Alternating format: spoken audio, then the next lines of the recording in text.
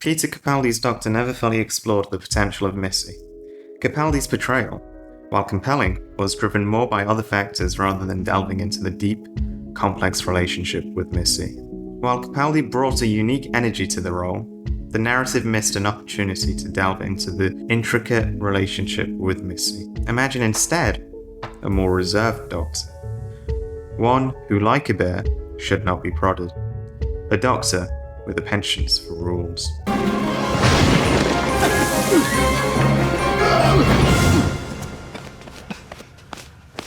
Ah!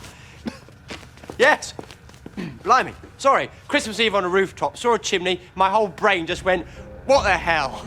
Take Matt Smith's Doctor, for instance. Despite the many narrative flaws in the overarching story, Smith's performance shone brilliantly where it mattered most.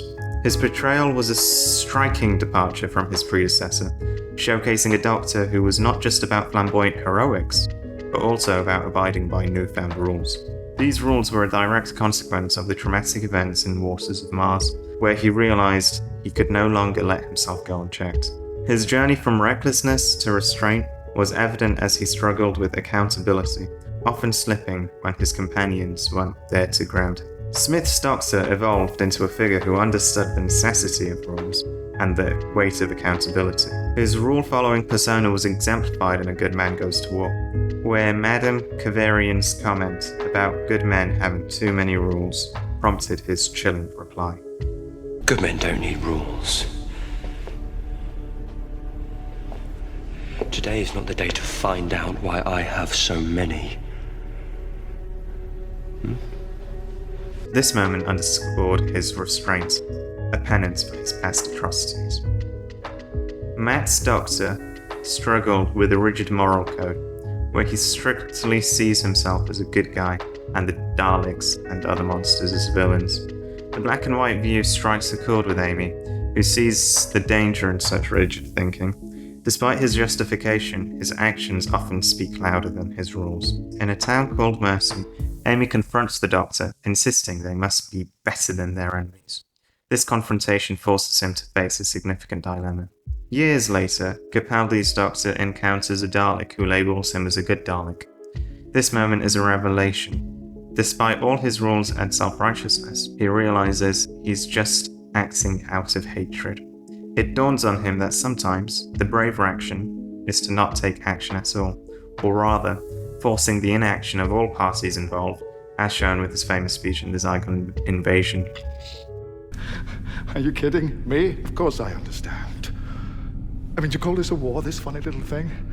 This is not a war. I fought in a bigger war than you will ever know. I did worse things than you could ever imagine, and when I close my eyes... Complying, or at least finding common ground, with even those you hate most can be wiser than engaging in conflict. Matt's Doctor was more actionable, often acting on his judgment even when it was sound. He tells Amy, We could end this right now. We could save everyone right now. This is not how we roll, and you know it. What's happened to you, Doctor? When did killing someone become an option? Jex has to answer for his crimes. And what then? Are you going to hunt down everyone who's made a gun or a bullet or a bomb? But they keep coming back, don't you see? Every time I negotiate, I try to understand. Well, not today, no. Today, I honour the victims first. His, the Masters, the Daleks, all the people who died because of my mercy.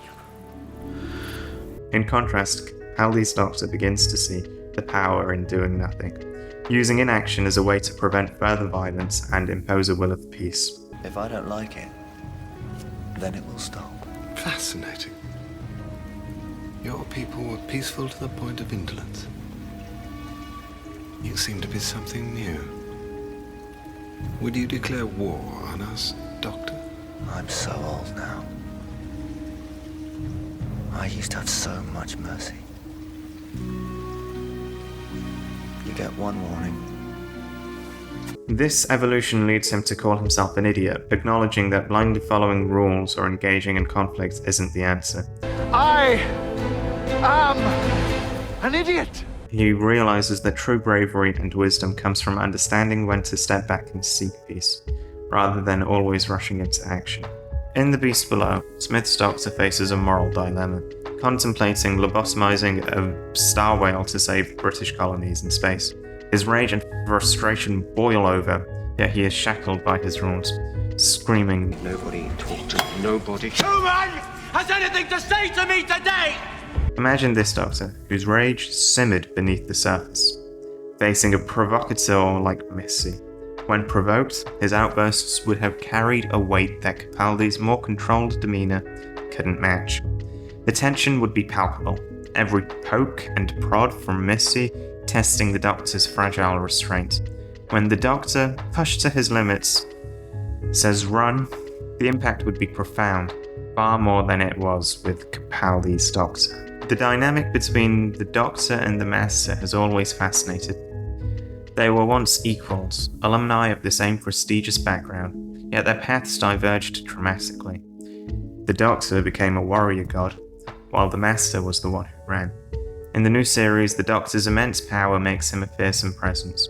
He ended the Time War, embodying the bear that shouldn't be poked. This dynamic explains the Master's provocative behaviour, seeking to stand on equal footing and be acknowledged. There's a compelling tension in their interactions, especially when the Master taunts Tennant's Doctor after Martha puts him on the phone. Despite viewing Martha as an enemy, the Master's true target is the Doctor. Martha, one of the best companions, endured the Doctor's monstrous behaviour throughout her tenure. The series often downplayed the role of race, notably in the Shakespeare Code, where the Doctor frequently referenced Rose, undervaluing Martha's competence and feelings. Martha's eventual departure, where she draws an analogy about her cousin and decides to leave, was a powerful moment of self-realization. The Master's elaborate schemes during his time as Harold Saxon were all about impressing the Doctor. He enslaved Martha's family and condemned her lineage to worship him, all while seeking the Doctor's recognition. The Master's need for validation, despite his villainous actions, revealed a deep-seated insecurity. His transformation and youthful exuberance mirrored the Doctor's, highlighting his desire to live vividly and leave a lasting impression even in his twisted way. In essence, a more reserved Doctor, struggling with the constraints of his own rules and the rage simmering beneath, would have provided a richer, more compelling exploration of Missy's character. This dynamic, rooted in the shared history and profound differences between the Doctor and the Master, remains one of the most captivating aspects of Doctor Who.